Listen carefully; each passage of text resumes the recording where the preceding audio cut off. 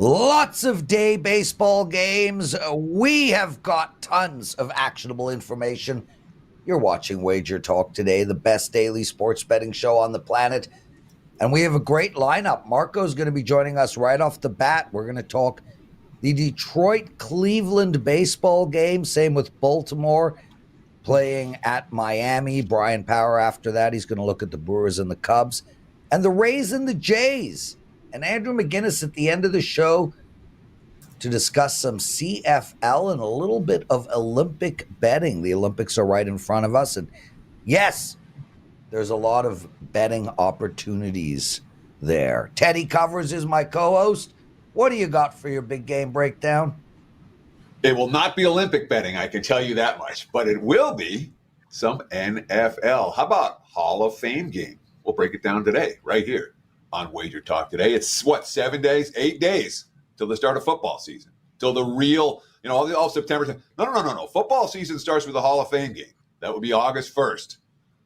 Locked and loaded with a client play right here on Wager Talk Today. Well, stay with us for that, Teddy. Have you ever seen so many changes in an offseason as this NFL season has for us? Yes. Really? Many times. I'm not with you, bro. Like, the quarterback carousel, all the coaches. I think this has been the most amount of changes I've seen in recollection. Bryan Power, Marco D'Angelo, you with us? Do you agree or not? There's a lot. There's some big names that, moved around quarterback wise. So that's why it seems bigger this year. But every year it seems like there's more and more as the free agent market continues to thrive. Let's go that way. The last couple of years with, guys like Russell Wilson, Kirk Cousins, moving around. Aaron Rodgers last year. Yeah. But this year, go ahead, Teddy. I'm baffled by what you're saying, Lawrence. How of course you are. Again, I've done all my NFL research. Okay, I'm ready. I'm ready for the season to start today. What is different this year? What have you seen that's so different this year that, oh my God, I've never seen it before? What is that? Because I don't understand. Brother, I got a lot of listen, I'm doing my research as well, and obviously I'm up to date, but I've got a lot of friends who follow the NFL very, very closely, and they couldn't tell you who the quarterback for Washington is. They couldn't tell you who the quarterback for Denver is. They couldn't tell you the coach of the Tennessee Titans. Listen, we'll agree to disagree. What do you guys think? Marco D, let's get into some actionable betting information. Detroit playing Cleveland. Real quick, yes, Teddy. Just to point out, the Denver quarterback situation is still in flux. Washington is likely to start the number 2 overall draft pick, Jay Daniels, but he has not yet been announced for the starter for week 1. So all you have to do is do a little bit of research, and these questions become a lot easier to answer. Obviously. Thank you, Captain Obvious. Welcome to Wager Talk Today, everybody. The curmudgeon and the Prez. Marco. Let's get straight into this, man. Cleveland playing Detroit. Cleveland in a bit of a free fall. Lost 3 of their last 4, 7 of their last 10. They're playing Detroit. Detroit's rolling. They've won 5 of 7. How do we bet this game? Well, I'm looking at this one, and it's all about Jack Flaherty. He takes the mound today for the Tigers, and he has been just absolutely razor sharp basically all year. He's allowed 3 runs or less in 14 of his 17 starts this year. In his last 10 games alone, he's allowed 0 or 1 run in 5 of the 10 starts. Now, we all know Screwball's the ace of the Detroit staff. But let me tell you right now, the name that everybody's talking about is Jack Flaherty, because as we approach the trade deadline, the end of the month, this is the name that everybody is talking about, where he's going to land. Tiger's going to trade him. He is the number 1 pitching commodity out there, and rightfully so. So he takes the mound tonight. You know you're going to get a good effort from him as he's been pitching well all year. You know he's got the motivation because he could end up in the next week landing on a contender instead of the Tigers. And anybody that's followed Detroit baseball for the last decade or so, that's definitely something to look forward to. Get out of Detroit and land on a contender down the stretch. I look at this Cleveland team. You talked about it, Prez. They're not playing good baseball right now. Now, they scored 5 runs last night, got a win last night, 5-4. But in the 3 previous games to that, they've scored just 3 runs total in the 3 previous games. In their last 10 games, 6 of the 10, they've scored 2 runs or less. So we got a hot pitcher with all the motivation in the world because he could be landing on a contender and then looking at a bigger contract. And we've got a team that can't hit the baseball. That tells me only one way to go. And to make things a little bit better, Cleveland is sending Tanner Bibby to the mound tonight. Now, he is coming off a game where he went 5 2/3 shutout baseball. And you say, why would you want to step in front of that? Well, it wasn't as good as it looked. Yeah, he didn't give up any runs. His strikeout to walk ratio was 3-3. Nothing to write home about. 3 walks you don't like to see. But what got the red flag for me is in 5 2/3 innings, he threw 102 pitches. That's back-to-back games for him throwing over 100 pitches. And to throw over 100 pitches in just 5 2/3 innings, that's kind of unheard of. Also, the first time he threw 100 pitches, 2 starts back, well, he got 9 days in between starts because he had the All-Star break. Now he's coming back after another 100-plus pitch performance on normal rest. He will not have the same velocity tonight. I think Detroit gets to him. Combination of him and Flaherty pitching as well as he is. I'm going first 5 innings. And the bonus here is because Detroit is an underdog in this game, we're able to get them for the first 5 innings and add a half a run and get it at -115. You're giving me the better pitcher against a team that can't hit, and you're giving me a half a run for first 5 innings, and I only got to lay $1.15. I'm there all day long. Let me ask you about Bibby, or as you call it, described him, because all the Guardians have done is won for this guy all year. They're 15-5 in his 20 starts. All right. So to say, well, they've, though this last start was good, he's been pitching them to victories all year long. Obviously, he doesn't have a great track record against Detroit, but in these second looks and third looks against division mates, you expect pitchers to be able to make some effective adjustments. It's what they do. Talk to me about Cleveland starter and the success the Guardians have had in his games this year and why today is the day to fade him. Well, Teddy, I love the fact that you go that way, that they are 15-5 with him. And I know 100% if I would have said I'm going with Cleveland today and Bibby's 15-5, you would have said to me, but Marco, aren't you worried? The Indians can't hit the baseball right now. How can you back them when they can't score any runs, right? Well, they scored 5 last night to beat me. This is true, but again, one game sample size. I'm looking at the big picture here, and to me, again, his numbers don't dictate a pitcher that should have a 15-5 record. Yeah, there are just certain pitchers that just keep getting runs scored for them because the team, whatever reason, does it. And then there's a guy like, last night for my Pittsburgh Pirates, loses his first game of his career. He loses a 2-1 game. They don't give him any support, Paul Skeens. I can't explain that one, but I'm looking at the big picture with Cleveland, and they're just not hitting the baseball. One game, I need to see them put a couple games together of scoring some runs, and Flaherty has been dynamite all year long. And again, I'm looking at the 102 pitches, Teddy. That's something I like to look at. Pitchers that don't throw a lot, throw that many, that today's baseball, they don't let guys get to that 100 pitch mark anymore. And to do it in back-to-back starts and come back on normal days rest, I just don't see him being as effective against the Tigers, who see him often. Marco D'Angelo joining us, everyone. And Marco, we spoke about, the pitch count already this week. Man, I don't know if you guys have seen Facing Nolan on Netflix. It's a documentary about Nolan Ryan. one of the best sports documentaries I've ever seen in my life. I think he would literally get into a fist fight with his manager if he was playing in today's era.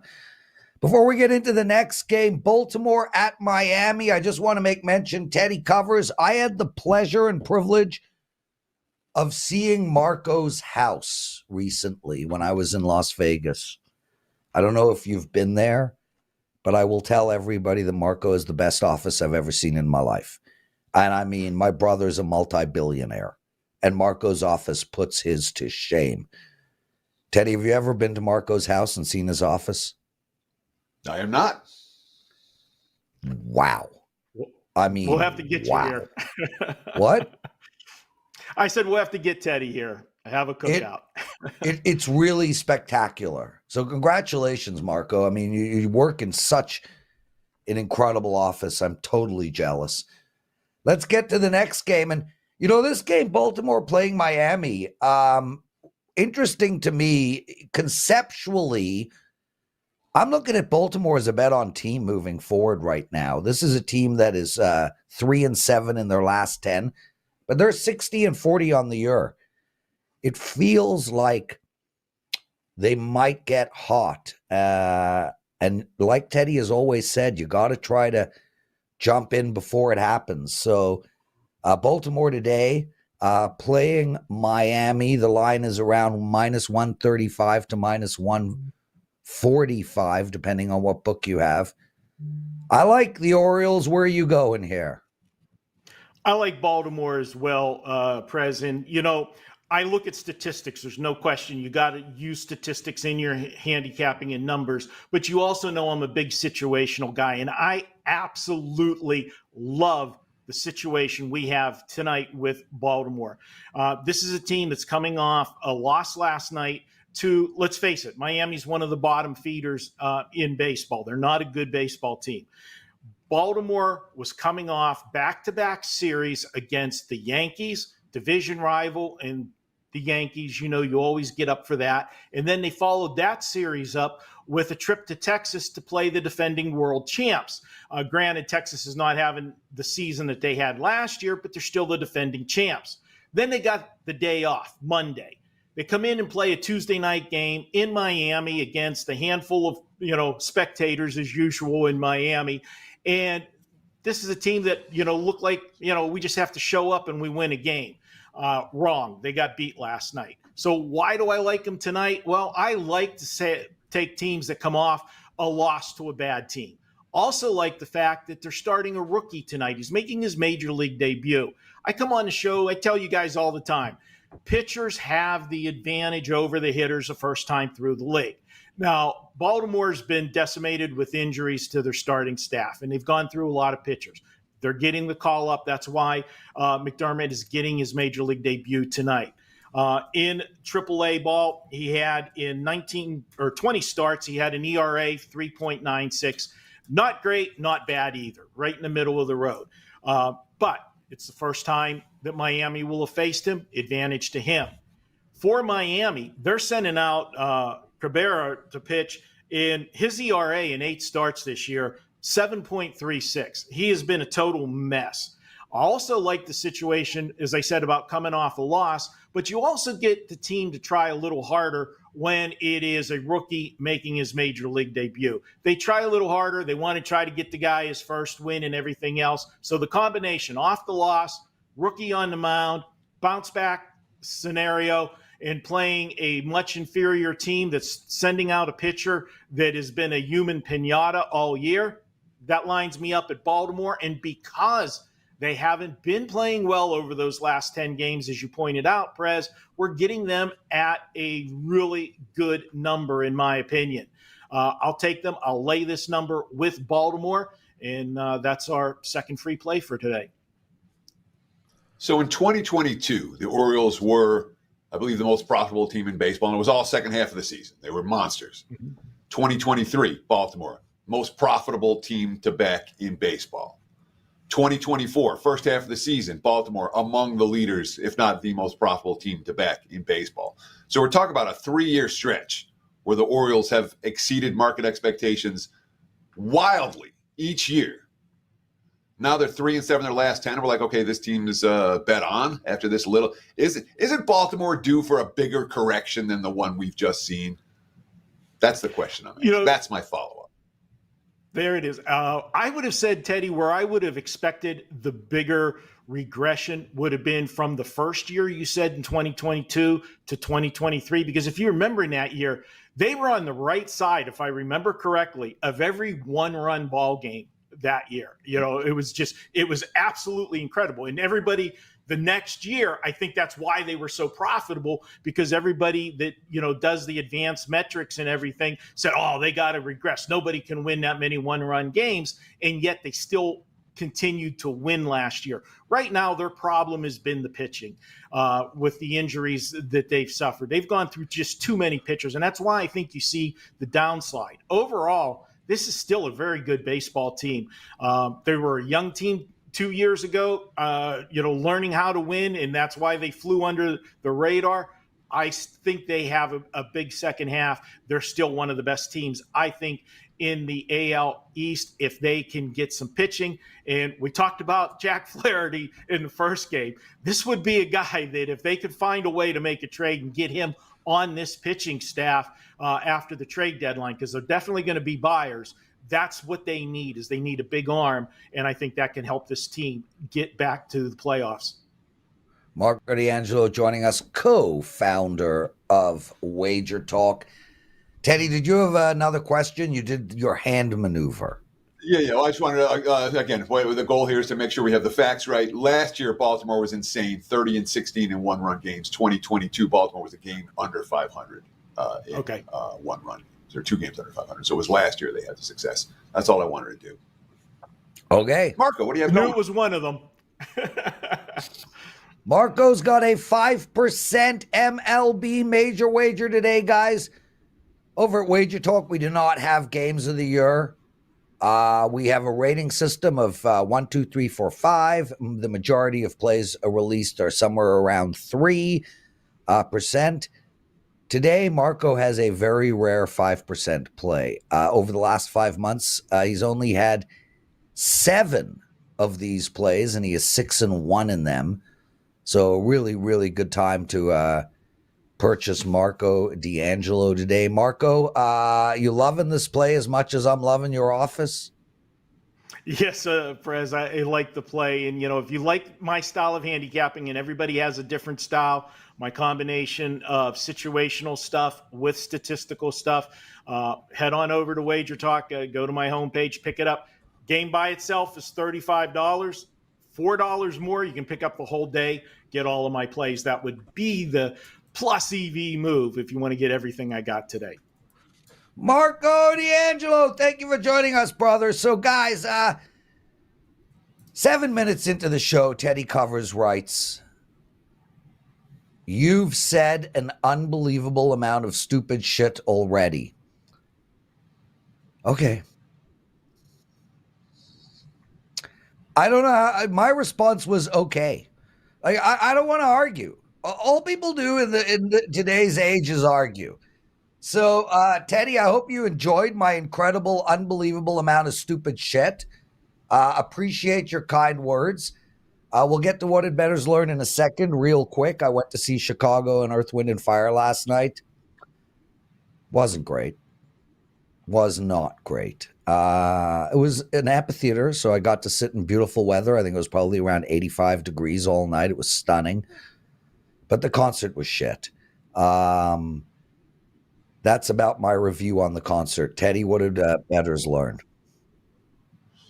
That's an excellent concert review, Lawrence. I'm sure our audience is enamored and very interested in that detailed analysis of who was it, Chicago, and then somebody else. Let's talk about MLB totals since the All-Star break, as Lawrence continues to say an unbelievable amount of stupid shit in a relatively short amount of time. So last night we saw a run of unders. Miami, Baltimore, total was 8.5, landed 9. Tigers, Royals, also totaled 8.5, landed 9. So both of them cashed by a hook. Oakland A's. The Oakland A's, by the way, are number 1 in MLB in OPS over the last 30 days. That offense is rolling, and people aren't necessarily talking about it. Number 1 in baseball, the best offense in baseball the last 30 days for the A's. They scored 8 last night. The game got to 10. The total was 9. So went over by the 3 games that went over, cashed the over by a combined total of 2 runs. And that was it for overs yesterday. And the A's game was the only one that got to 10 runs, 11 unders, 3 overs, 1 rainout. Then we look back to Monday and the weekend. And the AL, interleague play pretty close to 500. But National League games over the last 4 days, since Saturday, 19 unders, 3 overs. That stood out to me. I thought it was worthy of a mention. And MLB totals are not independent of one another. Overs beget more overs. You have hot bats, you have overworked bullpens. They stay that way until proven otherwise. Unders beget more unders. When you have cold bats and rested bullpens, they stay that way until proven otherwise. Total streaks are streaks to ride. Right now, if you're betting NL overs, you're getting crushed. My advice, stop until proven otherwise. That's what I learned last night. Lawrence, back to you, my friend.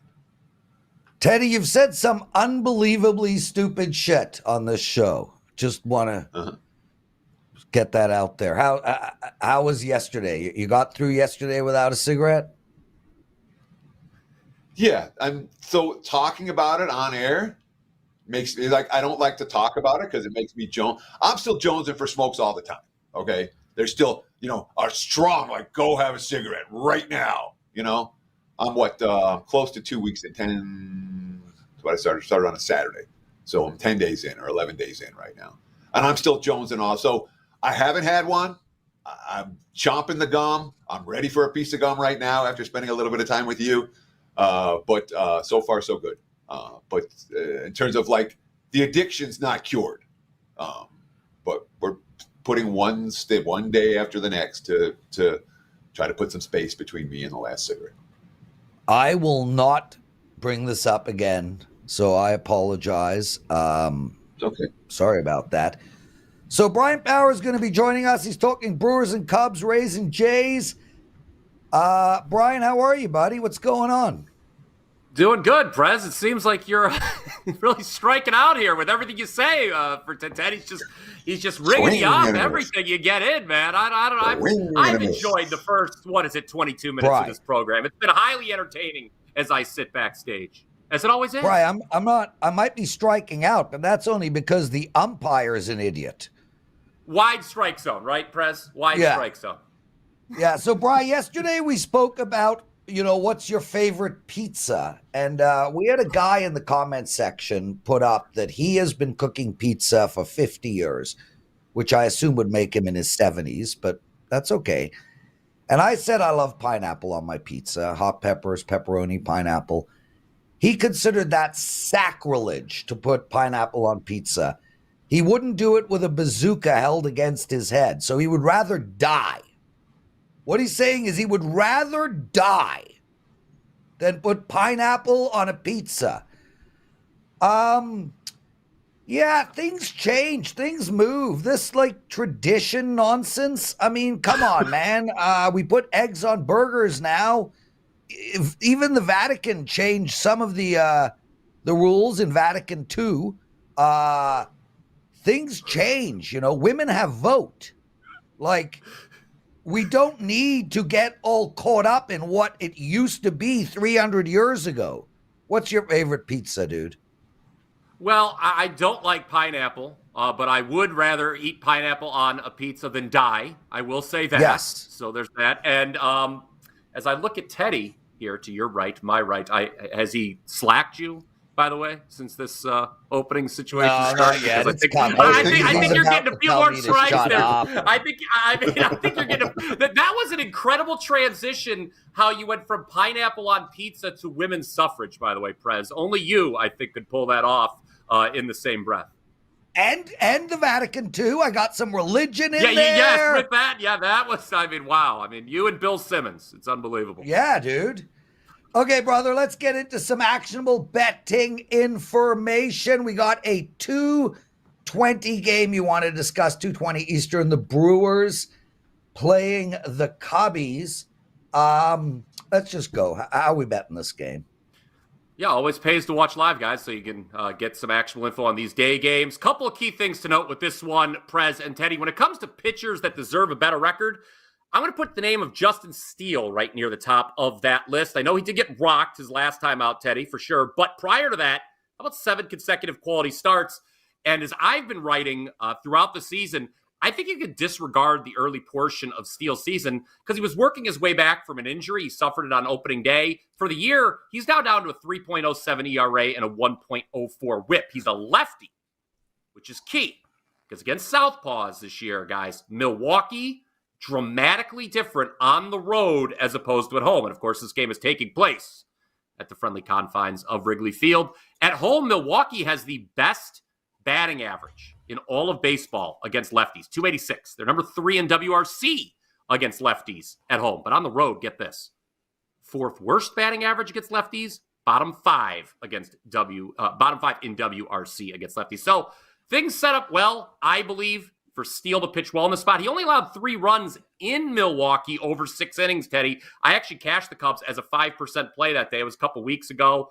Given the home road splits I just went through, I think it stands to reason Steele's going to be even better this afternoon. And Milwaukee, probably without Christian Yelich. He left yesterday's game with back tightness. Sounds like he's heading to the IL. Brewers only scored 2 runs in the first 2 games of the series, so they're not swinging the sticks well. I know we're betting into some uncertainty. That's probably where your follow-up's going to be with Zastryzny. He was late in the morning named as the starter/opener. He's yet to record more than 4 outs in any appearance this season, so I don't think he's going long. I just think Steele is going to outduel his counterparts here. I like the plus money on the prop. This is a prop, Steele to record a win that I cashed when he won his first game of the season a couple weeks back against the Angels. So the play is Justin Steele to record a win. That is now plus 145 at DraftKings. I think that's a pretty nice price, all things considered. So Steele with, 2 wins in 15 starts this season. Here's my question for you. There's a chance of rain at Wrigley today, and there's a chance of rain early. In my mind, that would be immediately no bet on Steele because if there's a rain delay, he gets pulled, he doesn't come back in, that's the end of it. Does that worry you at all that we could see a rain delay early on in this ballgame, the weather forecast for Chicago? Yeah, although it didn't affect their starter last night is what I'd come back on. I had the Cubs in the first 5, actually wound up with a push on the first 5 last night. So I think Steele could be, like I said, you mentioned the 2, they only has 2 wins in 15 starts. I'll go back to what I said at the outset, Teddy. I think that's just really a fraudulent thing. He's pitched really well. He had the tough start to the season because he got hurt early. He wasn't great coming off the IL, but I think he figured it out last time. I'm going to view it as an aberration, and I'm going to lean on the fact that Milwaukee, when they leave their home park, they just don't hit lefties the same way they do at American Family Field. A nice park, by the way, that I've been to. Bryan Power joining us, everyone. Exclusive handicapper at WagerTalk.com. And guys, I can't get into this, but Dan wrote a whole bunch of stuff in my Slack, and then he wrote, "Do not read on air."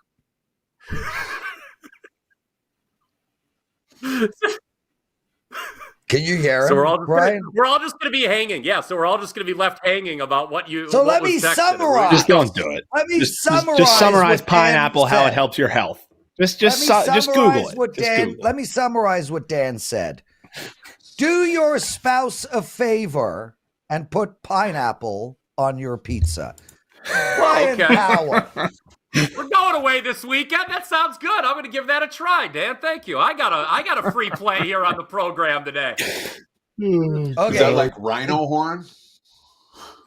Teddy, if you can't figure out what I just said, anyway. Dude, the Blue Jays are reeling, man. This is a team that can't score consistently, can't win games. Their pitching has been acceptable. Their hitting's a disaster. They've already announced that they're not looking to trade any of their big guns at the trade deadline. Frankly, I think they should overhaul the entire team, but that's a different story. Now they play the Rays. You like under 8, and that makes total sense to me. Tell us why. Yeah, Teddy, obviously right before I came on, detailed the slew of unders we've been seeing across Major League Baseball. Look, the Blue Jays had actually gone over in a bunch of games that are, I believe, 8 straight to be exact. But then last night they lost 4-2 last night. Yep, they scored. Yes, then the over streak came to an end with that low-scoring loss. For the season, I probably don't need to tell you this, Prez, but the Blue Jays, the fourth lowest scoring team at home in all of baseball. They average less than 4 runs per game at the Rogers Center. They're still calling it the Rogers Center, right? But regardless of what they're calling it, They don't score a lot there. Despite the success they've had in the past against Zach Eflin, who's starting for the Rays tonight, I don't see them score. The Jays scored many runs tonight because Eflin, I look at his season. One of the key stats I've really gotten into is expected ERA and weighing that versus actual ERA. Eflin's one of these guys, his expected ERA sitting over a full point lower than his actual ERA. That tells me I think better times could be on the horizon. The number of runs allowed so far, we could term that as unfortunate. And I think he'd get the job done. You look at the other side, Rodriguez starting for Toronto here. He's striking out nearly 25% of the batters he's faced. And he's going up against the Rays lineup. A quarter of the time they come up to the plate, their batter's striking out. So when I did first pitch with Steve Merrill and Mark Zinno before I came on the show, somebody in the chat had mentioned, what do you think about Rodriguez's strikeout prop? I'm all aboard that, but I'm also all aboard the under because while Tampa scored 4 runs last night, did so on only 4 hits. So they were a little lucky, I think, to score 4 times. When it comes to betting the under, full game here, yes, Teddy, I am scared of the bullpens. There is no doubt about it. Both these bullpens have had their fair share of adventures. However, I think the 2 starters are going to give us a big enough cushion to work with. And for what it's worth, looked at the WagerTalk odds screen before I came on. This number had ticked down, and I concur with the move and would play under 8. Yeah, that's what I wanted to ask you about. From 8.5 to 8, because there were 8.5s available last night in early betting action. The markets moved to 8. It was before 9 a.m. Eastern time, before 6 a.m. here on the left coast. So, yeah, they were available. They weren't available very long. Do you worry about stuff like that? Hey, I could have gotten 8.5, but now it's 8. Do you reduce your unit size? What do you do in that situation? If it was 9 to 8.5, I would definitely, because obviously, you talk about the key numbers when betting baseball totals. Yeah, maybe I'd do them. But 8.5 to 8, it doesn't worry me as much. Obviously, I say that now, and we're going to get a 5-3 final. We all know that. But I just think, again, with the 2 stars, if you are concerned, maybe look first 5. If the move does bother you, maybe look first 5 under. Again, much of what I spoke of was the success I think these starting pitchers are going to have in this game, Teddy. So that would be, I guess, if the line move does scare you, an alternate look at it. Or, like I said, that Rodriguez K prop, I think, is live as well. Bryan Power, what do you got to promote? I have been on WagerTalk TV all morning. This is my 3rd show. I think I've talked about every single baseball game today. You can first pitch really went off the rails. It was only the consummate professionalism of Steve Merrill that kept the train on the tracks, so people could check that show out. It was a lot of fun. My best bet will be available right there on the page you see, wt.buzz/BP. I'm just going to have one play today, Prez, going all in on it. And it's great to be back on the program. Been too long. Love having you on here, my friend. Bryan Power, everybody. Teddy, out of the blue, I'm missing tomorrow's show. Now, look, I'm around. I'm going on no vacations. I'm here till basically the end of the football season. There's going to be days every now and again when I miss a show. I got invited to a friend of mine put a team into a Pro-Am golf tournament, $5,000. It's a charity event. He paid $5,000 to put a team of 4 in. And one of the guys canceled last minute. So although I wasn't his first choice, I'm nobody's first choice. Ding, ding, ding. I ain't turning that down. I got to there's each team gets a PGA Pro to play with. And I'm not turning it down. So Steve Merrill will be sitting in for me tomorrow, but I'm back all next week. And I'm basically back until the end of football season. I'll miss a couple of days here and there. I have one vacation planned in October to celebrate my parents' 80th birthday. We're heading to Bahamas. But other than that, I am here till the end of February. So good news, I'm away tomorrow and Friday. Bad news, you're going to have to put up with me until the end of football season. I'm also working on my video schedule for this football season, and I am going to be doing a ton of videos. So stay tuned for that. I'm going to announce my plans in the next couple of weeks. Teddy Covers, it's time for your big game breakdown. Let's do it. And this, my friends, is a big game breakdown talking about NFL preseason. It's 8 days away. Last year we did great in NFL X action. 8-2, 80% for the entirety of the preseason. I'm looking to do it again in 2024, and we have the Hall of Fame game with lines widely available right now. The Bears and the Texans, Thursday, August 1st. Looking at the free WagerTalk live odds screen. Chicago -1.5, total sitting at 33. Pretty much across the board. And I'll tell you what, Hall of Fame game, we know where the money comes for the Hall of Fame game. Every year, just about, money shows for the under. And the long-term trends are really strong. Hall of Fame game, under the total. If you bet it blindly for the last 30 years, you made money. But everything's different now. 17-game regular season equals 3 games in the preseason. It's not 16-4 anymore. The Hall of Fame game is a 4th preseason game, not a 5th. Coaches have used it differently. And what's happened the last couple of years? We're not talking about wild shootouts, but 37 points last year, 38 points the year before, both cashing overs. No, we're not expecting shootouts, but we're also not expecting field goals. We love the fact that coaches much more inclined to go for it on 4th down in the preseason. Both teams in the Hall of Fame game did it in 2022. One of them did it twice. Both teams went for it on 4th down in 2023 in the Hall of Fame game. Won twice. Lo and behold, over. Going for it on 4th down is good for overs. Even if you get stuffed, it's good for overs. Yeah. Then we look at the 2 teams. And let's start with Chicago. The Bears with a rookie QB. They want to get him 40, 50 snaps in the preseason. Similar, they talked about it. So they want to have a similar game plan for Caleb Williams to what C.J. Stroud had last year for the Texans. The Texans, by the way, went over in 2 or 3 preseason games last year. New offense. Shane Waldron coming over from Seattle. There's more urgency for a team with new offense. They're not just tuning up. The backup QB situation. Tyson Bagent, Brett Ripien. These are a pair of backup quarterbacks who could play against third-string defenses. In theory, this is the best Bears offensive line depth in years. This alone is enough to go over 33, all right? And then we add the other side of the equation. Houston signed 14 defense free agents. I don't think we're going to see them on the field a whole lot here. I expect to see a lot of young guys on defense for Houston in the preseason game. You look at their backup QB situation. Case Keenum, Davis Mills. We love these guys against backup and third-string defenders, for sure. And then the more you think about it, 33, I was thinking about this last time. I'm like, this is a client play. I'm not tweeting this out. You just got it here, free, for watching WagerTalk Today. Thanks for watching. We will get to the window with the over 33. The Texans, Bears, Hall of Fame game. And we will give that to the clients. You guys got it here first. Lawrence, well, there you go. Teddy covers. Let's keep this show moving. Guys, if you like what you're hearing, take a second out of your day and hit that like button. I keep forgetting to ask at the top of the show, and I'll try to remember on a regular basis, but these likes are really, really important to us. There's a YouTube algorithm. It decides what, somebody goes in there and like free betting advice, and YouTube has an algorithm that decides what shows to provide to that person and in what order. And, in order for us to get to the top of that recommendation list, we need help from you. We can't do it alone.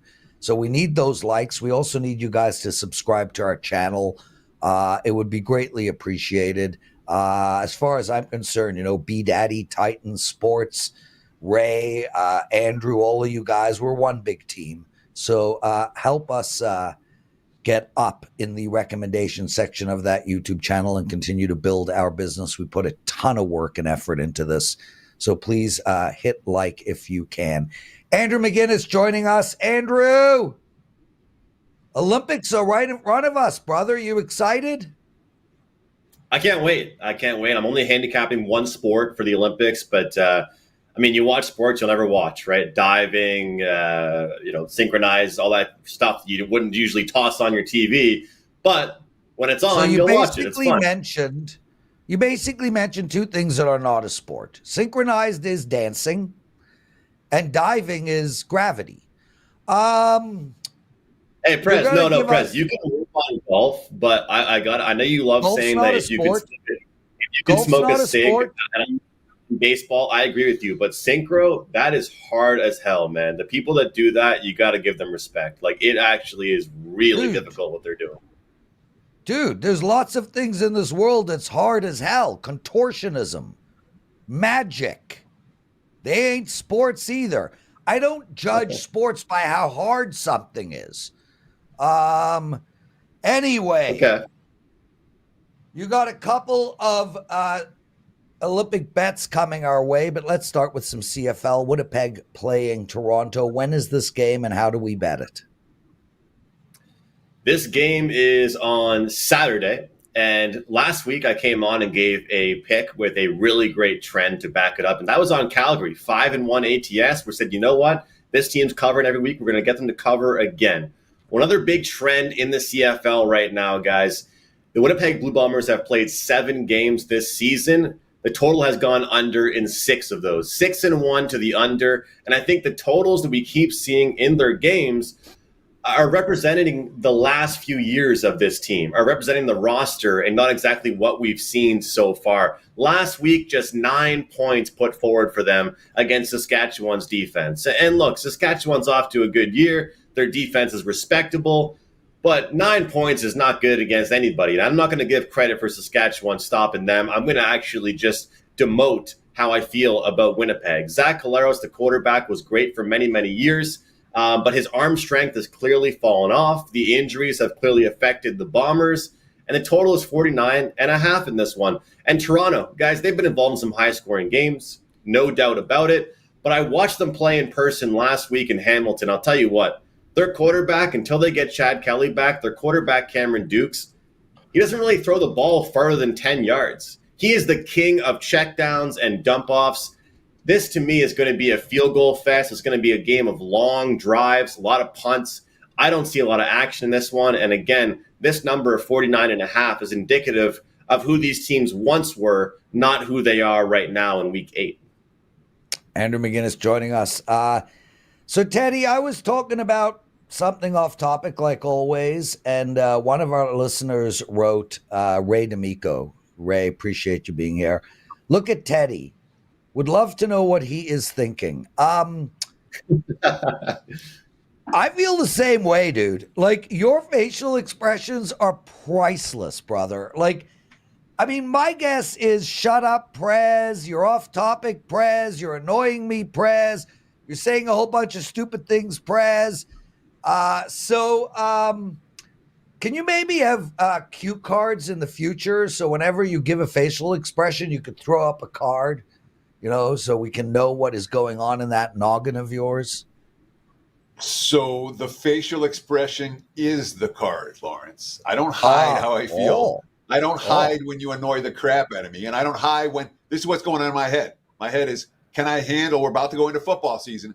Can I handle another year of doing this with Lawrence Presman every day? That's what was going on in my head right there, because Lawrence can make anybody crazy. And when you hang him with every day, he makes me crazy. So it is what it is. Andrew, let's move on to the next topic and talk some Olympic betting. What is it that you wanted to talk about for Olympics? Because you were saying, oh, yeah, we're watching all these sports that we never would watch. I don't turn the Olympics on for one iota. I don't turn it on for the opening ceremonies, the closing ceremonies. I got better shit to do than watch this. But if there's something bettable for our viewers, tell us about it. Teddy, I'm only betting one sport, and that's the men's indoor volleyball. I follow it very closely during the year, the Nations League, the qualifying tournaments. I'm very well versed in volleyball myself. And for anybody out there wondering exactly how the volleyball betting works, it's very much so like tennis. Set betting, games betting, totals, the amount of points total in the entire match combined. You can get plus or minus for the games as total, plus or minus for the sets as a total. And guys, I'm super excited. Clients can expect plays from me. You can expect to see plays at WagerTalk.com. And, you know, you take a look at these games. They're starting at 6 a.m. Eastern time, Saturday morning. So I'll be making sure to post those by Friday. You guys can get all of those and get the best bets possible. I'll blast through these really quick, guys. First one, we're going to take a look at Japan. And this Japanese team is unbelievable. They're ranked number 2 in the world. They just came off the finals. They came number 2 in the VNL championship, but somehow they're 10-1 to win in the Olympics. Doesn't make any sense to me. I think they're certainly worth a flyer to win it all, but I'm betting the -1.5 sets That means if they win 3-1 or 3-0, we cash this ticket against Team Germany. They're on an 8-3 run as far as covering -1.5 sets. And to me, the biggest strength of this Japanese team is their blocking. They have a lot of experienced blockers. They have the ability to shut teams down, and they turn defense into offense like no other. Germany, to me, doesn't have that much depth. They've got one or two attackers that will carry their team. If those guys get shut down, it'll be a very, very tough night for them. So I'm going to take a look at the -1.5 sets. Don't confuse it with games. That's -1.5 sets for them to win 3-1 or 3-0. Of course, anybody that doesn't know volleyball, the sets go to 25. Got to get to 25 3 times to win the match.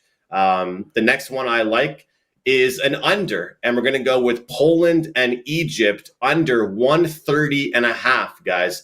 So there's so many ways to bet, like I said, with volleyball. And you look at all the numbers for this matchup, they're pretty much looking at the world number 1 team against world number 10 to kick off the tournament here. And the -2.5 games is a ridiculous price.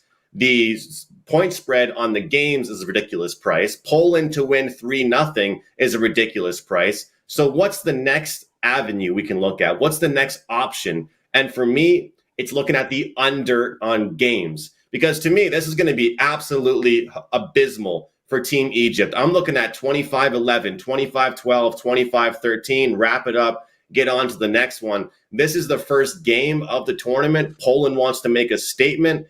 I don't think that we're going to see Egypt be able to handle the power that Poland has as the top nation in the world with volleyball. So instead of betting 3-0, we're going to take under 130.5 points in this matchup. And hopefully it's done very quick.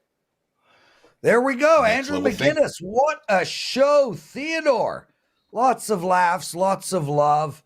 I want to give out a quick Olympic bet, and then we'll go to what you have to promote, Andrew. Look, guys, I made one Olympic bet this entire year, one and one only, and that is in the 100-meter race, the premier event at the Olympics, according to most, not to me. I think the 25-kilogram fencing competition is the premier bet, but hey, we can disagree. I've heard that. Noah Lyles, plus 175. Last year was the first year he really took the 100 meters seriously. He's a 200-meter runner, maybe the best of all time. Well, Bolt is right there, but Noah Lyles and Bolt are probably the two best 200-meter runners of all time. So he's only 1 year really into training for this 100-meter race, and yet last year he won the World Championships 2023.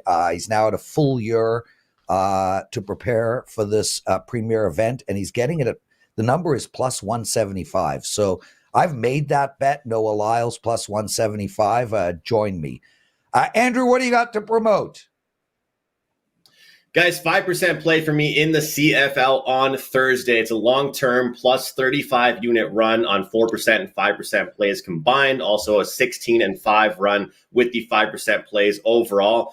Guys, the problem with giving out so many free plays in the CFL, only 4 games, each week. So last week I came on the show and I gave out 2 free plays. That's 50% of the game. So just 1 free play in the CFL. The rest of my plays this week you guys can find over at WagerTalk.com. Thanks for having me. Awesome stuff, Andrew McInnis, everyone. Teddy covers, great show. Enjoy tomorrow and Friday. I'll see you guys back on Monday. Take us home.